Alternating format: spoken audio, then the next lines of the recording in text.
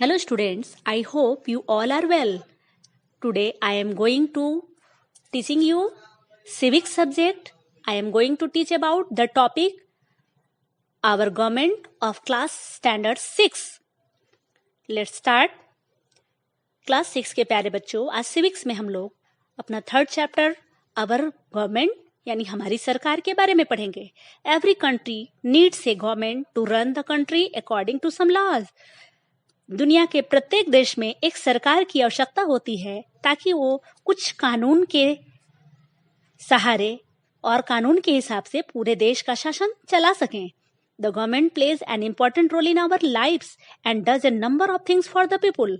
हमारी सरकार हमारे लोगों के लिए, हमारे जीवन के लिए बहुत ही महत्वपूर्ण भूमिका अदा करती है और लोगों के लिए बहुत सारे ऐसे काम करती है जिससे लोगों का भला हो.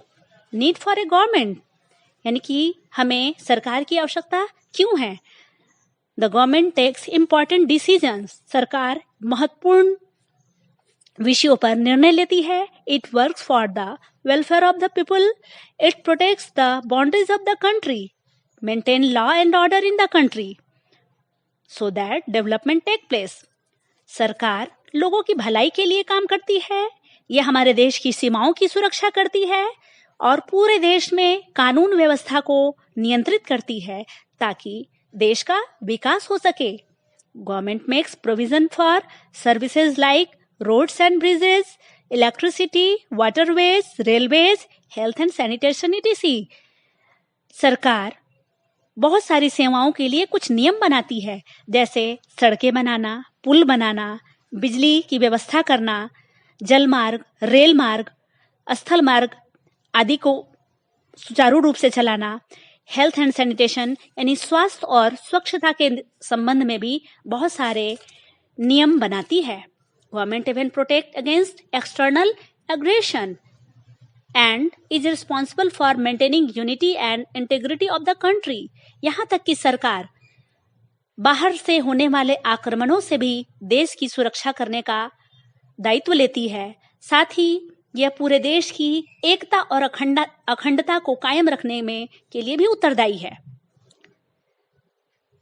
तो ये तो हुआ हमारे गवर्नमेंट की आवश्यकता क्यों है. Need of the government, why, and the second is level of government in India.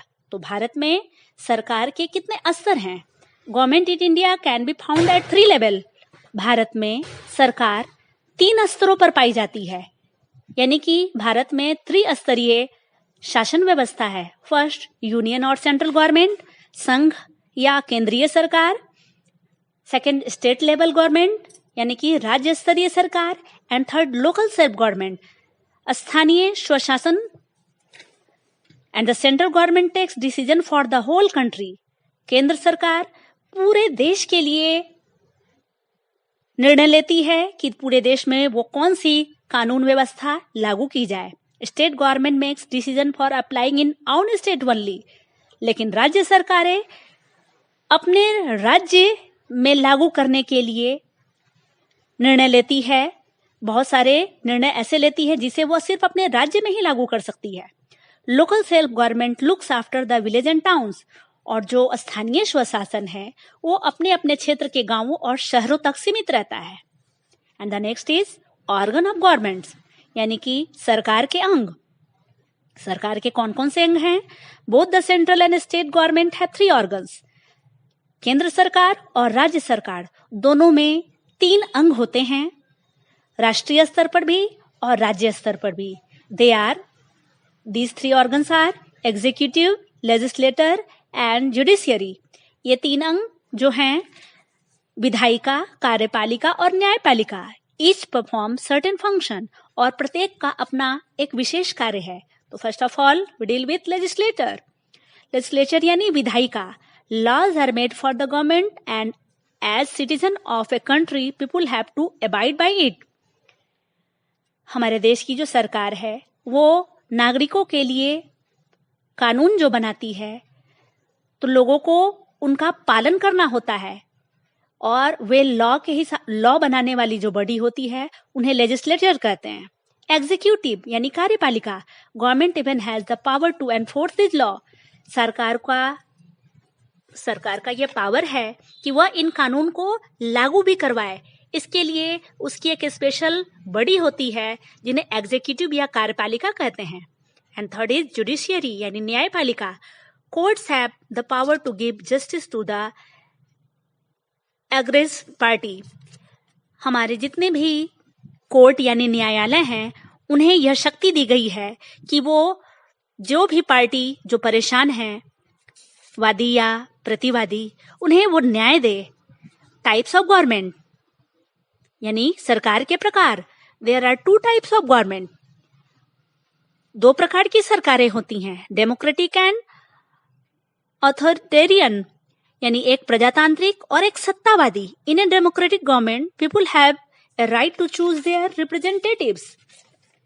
प्रजातांत्रिक सरकार वह सरकार होती है जिसमें उस देश के नागरिकों को, लोगों को अपना प्रतिनिधि चुनने का मौका मिलता है या अधिकार होता है। फॉर एग्जाम्पल, जैसे इंडिया में, यूके यानी इंग्लैंड में, एंड यूएसए अमेरिका में। एंड ऑथोरिटेरियंस गवर्नमेंट यानी सत्ताधारी सरकार। Authoritarian governments are where there is absolute obedience to the authority.